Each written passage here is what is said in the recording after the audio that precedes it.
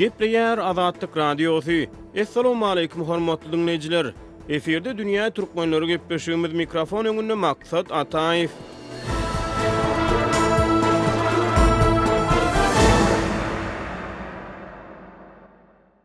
Dünýä türkmenleriniň bu sany 8-nji mart Halkara Zenanlar gününe bagyşlanýar. Her ýylyň 8-nji martyna Birleşen Milletler Guramasy tarapyndan kabul edilen ýörüýte Halkara Zenanlar güni bellenip geçilýär. 8-nji mart zenanlaryň sosial, ykdysady, medeni we syýasy ugurlarda gazananlaryny geçen ýollaryny, sepgitlerini dawaralamak üçin ýörüýte Halkara Zenanlar güni hökmüne tutuş dünýäde bellenip geçilýär. Bu senäniň taryhy öz göz başyna 1900-nji ýyllaryň başlaryndan alyp gaýdýar. İlki başta Birleşen Ştatlarda zenanlaryň deň hukuklugy ugruna göre hökmüne başlanan ýörüýte zenanlar gününi bellemeklik däbi 1975-nji ýylyň 8-nji martyna BMG tarapyndan Halkara Zenanlar güni oglan edildi. Bu sene Türkmenistanda da giňden bellenip geçilýär. Halkara Zenanlar gününe bagyşlanýan dünýä türkmenleriniň bu sanyny Türkmenistanda aýal gyzlaryň syýasy we jemgyýetçilik aktivligi barada gurrun etmek üçin jurnalist Gödel Hudaýberdiýewadan türkmeniň ýaşaýyş medeniýetiniň däp desturlarynyň we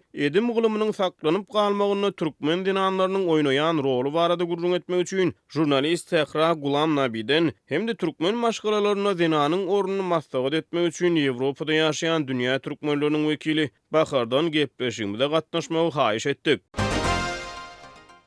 Gepleşigi Azatlyk Radiosynyň Pragadaky baş binasyny jurnalist Gödel Hudaýberdiýewa bilen gurrundaşlyk arkaly başlaýarys. Gödel Türkmenistanyň syýasy we jemgyýetçilik durmuşyna aýal gyzlar aktiw gatnaşýarmy ýa-da gatnaşdyrylýarmy? Siziň pikiriňizçe türkmen kanunçylygyna zenanlara berilýän hukuklar bilen iş ýüzünde olaryň eýe bolan hukuklary deňmi? Meň pikirimçe Türkmenistandaky ýagdaýlar daşyndan sereden ýagdaýynda umuman ýurtda iki sany reallyk gözeýilýär. Bir tarapdan aýal gyzlaryň umuman durmuşdaky roly we syýasy jemgyýetçilik durmuşyndaky syýasatdaky roly barada aýdylanda iki sany reallyk gözeýilýär. Bir tarapdan umuman Türkmenistanda aýallaryň roly gaty aktiw. Olar hem maşgalada hem işde erkekler bilen deň derejede işleýärler, gazanç edýärler. Maşgalatynyň ady üçinçiliginiň aladasyny edýärler. Muny ýurtda dukanlaryň öňündäki nowatlarda da görmek mümkin. Şol ýerde satan aýal maşgalalar durýarlar, durly ýaşdaky aýal zenanlar hem döwlet edaralarynda işleýän zenanlara seretsek, köçelerde ulag sürýän zenanlara seretsek, umuman beýleki sivilizlenen ýurtlardaky ýaly Türkmenistanda da zenanlaryň durmuşdaky roly aktiw. Emma ýurdyň beýleki döwlet propagandasyna seretsek, ýurdyň syýasatyna seretsek, umuman döwlet propagandasynda aýallaryň erkekler bilen deň hukuklylygy barada köp aýdylýar, olaryň syýasatda rol oýnaýanlygy, syýasatda aktiw gatnaşýanlygy, işçi gatnaşýanlygy nyktalyp ýygy derli esasda habar berilýär. Emma parlamentde hökümetiň düzümine beýleki häkimiýet resmiýetlerine seretsek, şol ýerde aýallar hem santaýdan azlyk edýär, hem olaryň aktiwligi göze ilmeýär. Umuman türkmen syýasatynda resmiýetlerin aktiw açaçan çykyş edýänligi, jedelli meseleleri gozgaýanlygy ýa-da öz nukta nazaryny köpçüligiň öňünde subut edýänligi göze ilmeýär.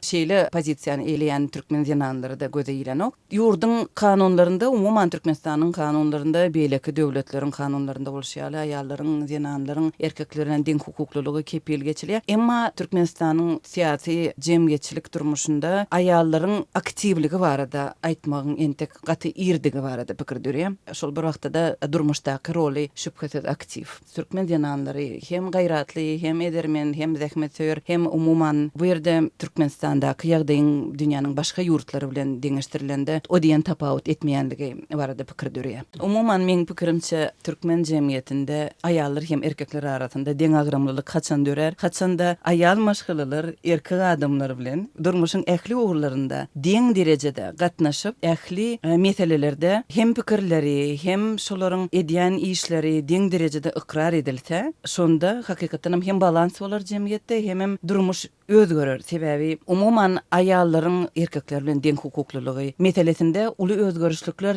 diňe geçen asryň ikinji ýarymynda emele geldi diýse de bolar. Hakykatdanam aýallar hem siýasata gatnaşyp başlady, hem siýasatda olaryň roly güýçlendi, hem olaryň sözi diňlenip başlandy. Soňky 10 ýyllyklarda aýallar hem käbir döwletleriň prezidenti bolup başlady, premier ministrler boldy, siýasatda olaryň täsiri artdy. Emma şol deň hukukluluk meselesinde ýurtlaryň kanunlarynda, konstitusiýalaryna, Türkmenistanyň kanunlarynda aýallar bilen erkeklere deň hukukluluk näme derejede kepil geçilýän bolsa, iş yüzünde şonuň doly manyda amal edilmegi uğrunda entek yine köp işler edilmeli, yine köp tapkırlar geçmeli. Şoň üçin men pikirimçe deňlik meselesi aýal üçin wajyp mesele. Men umuman türkmen aýallaryna deňlik uğrunda göreşmegi, hereket etmegi, öz hukuklaryny talap etmegiň ýollaryny bilmegi arzu edýärin. Şu möhüm seni münasebetli türkmen zenanlaryna etjek ýürek arzularyňyzy dinleýijilerimiz bilen paýlaşaýsaňyz. Men türkmen zenanlaryna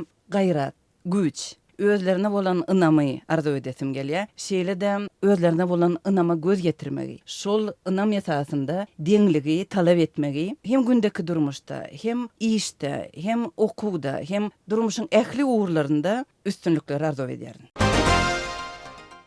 Bugünkü gepleşigimizi 8 mart Halkara Zenanlar gününe bagyşlaýarys. Hormatly dinleýijiler, biz gepleşigimizi kardeşim Sehra bilen söhbetdeşlik arkaly bu tema boýunça söhbetdeşlik arkaly dowam edýäris. Söhbetdeşligimiziň temasy däp desturlaryň türkmeniň ýaşaýyş medeniýetini saklanyp galmagyna türkmen aýal-gyzlarynyň goşýan goşandy. Sehra, şeýlerek bir sorawmyz bar. Türkmen däp desturunyň maşgala medeniýetiniň saklanyp galmagyna galybersede türkmeniň ýaşaýyş medeniýetiniň öz boluşly kemale gelmegine siziň pikiriňizçe türkmen aýal-gyzlary nähili goşant goşdy? Men pikirimçe türkmen ýaşaýyş medeniýeti şol bir wagtda däp desturlary belli bir derejede aýal-gyzlaryň häzirki gylyk häsiýetiniň, daşky keşfiniň, umuman häzirki ýaşaýyş durmuşynyň kemale gelmegine belli bir derejede goşant goşdy. Ýöne şol bir wagtyň özünde şol däp desturlarymyzyň saklanyp galmagynda aýal-gyzlarymyz esasy rol oýnaýarmyka diýip pikir edýän. Sebäbi türkmende umuman toy toma gödüňne getirenmizde ýa-da bayramçylyklar, hudaýollar, sadakalar, sünnet toýlary umuman nähil däp desturlarymyzy gözüňde getirenmizde şol däp desturlary saklap galýan esasy aýal-gyzlarymyz, esasy şo enelerimiz mukadip pikir edýän. Sebäbi şol toýda näme edilmeli ýa-da sadakada näme edilmeli, näme bişirilmeli, nähili şoň dowamy nähili dowam etmeli, umuman şonda näme däp desturlarymyzda näme amal edilýän bolsa şolaryň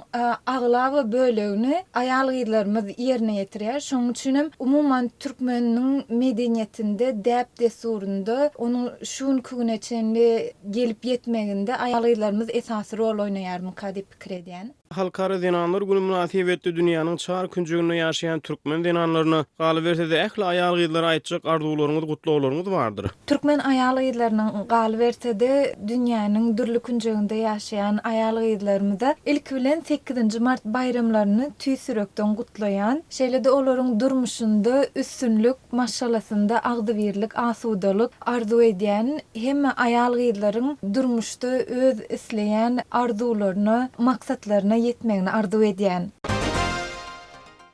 Biz gepleşigimizi Ýewropada ýaşaýan türkmen diasporasynyň wekili Bahar bilen türkmen maşgalasyny zenanyň ornu barada tema boýunça gurrundeşlik bilen dowam edýäris. Türkmenlerde zenanlar maşgala ojagynyň mähir oduny söndürmän saklaýar. Zenanlar maşgaladaky mähir muhabbetiň synmaz diýregidir diýen ýaly sözler köp aýdylýar. Siz türkmen maşgalasyny zenanlaryň ornuny nähili garaýarsyňyz? Men pikirimçe hemme ýerde başga ýurtlarda da aýalyň roly uly maşgalada. Sebäbi wagtyň geçmegi bilen aýal güýçlenýär. Aýal maşgalany saklamaly, öň işleri bilen meşgullanmaly. Men pikirimçe hemme ýurtlarda da şoňaly bolýar. Hemme maşgalalarda däl elbette. Ýöne haçanda aýal maşgalany saklajak bolsa, ol şo maşgala üns berýär. Nahar beşirýär, öýüni aýyrýar, çağlaryna seredýär. Erneden wagt sarp edýär. Türkmenistanyň aýsam şu gyzlar maşgala guranyna pikir eden oklar. Maşgala bir institusiýa ýaly-da, şol institusiýa işler ýaly, bolar ýaly, şoňa güç gerek. Goşun hoşmaly, ýöne durmuşa çykyp men otaq geçek, bunu giyecek, onu edecek deyip o bolanok. Onu soňky meýiller dimek ütgüýä hasaplaýaňyz siz. Soňky ýaşlaryň arasyndaky maşgala bolan garaýyş bilen öňden gelýän türkmen däpdesurlaryna bolan maşgala çemeleşme bilen soňky tendensiýa, soňky meýiller ütgüýämi dimek siziň pikiriňizçe ütgäp barýarmy? Men pikirimçe ütgüýä. Gyýlar şo maşgalaň gymmatlyklaryny bilen oklar, düşünen oklar. Maşgala näme üçin gerek? Näme üçin durmuşa çykýan? Adam durmuşa çykanda ol şo maşgalany düzje kolup durmuşa çykýar da. Netilin dowamy bar da pikir edip durmuşa çykýar. Men pikirimçe häzir şo ýaşlar kan şo zatlar barada pikir eden oklar. Toňam durmuşa çykyp hiçat etmejek bolýarlar. Ýöne öz durmuşyny ýaşap näme isleteler edip kinodaky ýaly ýaşajak bolýarlar men pikirimçe. Ýöne durmuş o barda däl, durmuş kino däl. 8 mart Halkara Zenanlar Günü münasibetli Azat Ýewropa Azatlyk Radiosu işte bu durmuşda üstünlük kazanan ayal gyzlardan özleriniň ýaş döwrüne berjek maslahatlaryny sorady. Gepleşigimiziň şu ýerine Gazagystan, Kyrgyzstan, Täjikistan, Özbegistan respublikalarynyň hemde Türkmenistanyň ayal gyzlaryň şol sanly Awganystanyň bir etnik türkmen zenanynyň bu uğurda beýan eden öz pikir garaýşlaryny size eşitdirýäris. Оставаться верной самой себе и своей мечте, а также пройти... Özüňize we öz arzuwlaryňyza wepaly bolun. Durmuşda başyňyz dik, mertebäňiz belent bolsun, ata-babalarymyz ýaly. Durmuşyň her bir pursady nimatdyr? Ähli zady düşünjelilik bilen kabul edip şükür edin. Durmuşda hemme zat oňatlyga tarap barýar. Men munyň şeýledigine ençimegedek şaýat boldum. We öwrenin, özüňizden öwrenin, öz hatalaryňyzdan sapa galyň, töwerek daşyňyzdan öwrenin, hatda garaşlaryňyzdan hem sapa galyň. Hemmäniň göwnünden turmak hökman däl ýöne gadyr etmeli. Yamanlykdan ýaxşylyk köp, muny bilin, özüňize ynanyň. Seniň durmuşyň seniň elinde. Kırgızistan Aynura Saginbayewa Siyar Barlyk we Geňeşdarlyk merkeziniň direktori. I would like to tell to Aynura, when she was 14, 15 or 16 years old. Men Aynura ýüzlenýärin. 14, 15 ýa 16 ýaşlarynaky Aynura ýüzlenýärin. Gorkma, çekinme, isleýän her zadyny etmäge synanç. Saňa ilkinjilik bilen zerurdat ingliz dili, sebäbi ingliz dili tutuş dünýä bilen ähli ýurtlar bilen aratnaşyk gurmaga ýol açýar. Bu saňa syýahat üçin, biznes üçin, okumak üçin ören köp mümkinçilikler edýär. İkinjilik bilen bu hem meniň pikirimçe wajyp. Gorkma, sebäbi ýalňyşmarsan, ýalňyş goý bermek erwet zat däl. Ýalňyşmak gowy. Sebäbi bu bir mümkinçilik, bu bir tejribe. Dünýäde iň möhüm zat tejribedir. Tejribeni satyn alyp bilmersiň. Sen başga adamlardan tejribe alyp bilmersiň. Şeýlet şonu, asla gorkma. Just do it. Never afraid. Just do it. Еще одна вещь, вот говорят, найдите себя и работайте или там... Käbir adamlar aýdýar, özüňi tap hemde iň köp näme isleseň şonu et. Hawa bu dogry. Ýöne özüňi tapmak ören kyn. Men ýokary bilimi tamamlan ýöne heniz hem özüni tapyp bilmedik köp adam tanaýaryn. Şonuň üçin ilki bilen sen öz ýüregiňe diň salmaly. 16, 17 ýa 18 ýaşlarynda wagtyň ýürekde nähili arzu umyt beslän bolsaň, şolary elmedama ýatda saklamaly. Türkanalyk ýalydyr ýöne şol aňyrdan gelýän ilkinji anyk isleg özüňi tapmaga kömek eder. Очень точный позыв, который, как правило, может помочь человеку реализовать себя. Täjikistan Oynihol Babanazarova jurist we adam hukuklary aktivisti. Пешазама грифтани дониш. İlkinjilik bilen köpöwren, has köpöwren. Ýadyňyza düşýän bolsa, Sowetler döwründe demir tutu sebäpli bu mümkin däldi, hemde bugünkü tehnologiýanyň ýokdugy sebäpli. Şonuň üçin indi mümkin gadar köpöwrenmek üçin iň amatly pursat. Fatma Awganystanly etnik türkmen, telekeçi we lukmançylyk talibi. Menimce men ýaş türkmen ayal gyzlary durmuş ýoluna ilkinji gadam basanlarynda ilkinjilik bilen öz maşgala agzalarynyň olara goldaw bermegini, ruhlandyrmagyny, olara himayet bermegini şeýlede olaryň oku bilim derejesiniň ýokary bolup, jemgyýetde kesip-kär edinip işläp bilmeklerini arzu edýärin. Ondan başga da türkmen ýaşullarymyzyň döwlet işinde işleýän ýaşullaryň okuyan ýa-da okuwny tamamlan türkmen ayal gyzlaryna, türkmen kadrlaryna iş mümkinçiliklerini döredip bilmeklerini haýyş edýärin. Özbegistan Umida Ahmedowa fiýle galan dokumental film rejissöri. Agar o'sha yoshlik paytimda Şu aklım, şu tecrübem bolganda Yaş wagtym häzirki bilim tejribäme eýe bolan bolsadym, bir derek zatlara wagt sarp etmezdim. Öz energiýamy dereksiz adamlara sarp etmezdim. Dile öwrenerdim. Has köp portretleri, owadan suratları döredördim. Hem de ömrümde duşan ajaýyp adamlaryň barada durmuşy hekaýalar ýazardym. hatıralaryny ýazyp algan bolardım. Hormatly dinleýijiler, dünýä türkmenläriniň bu sany hem tamam boldy. Hoş sag bolun.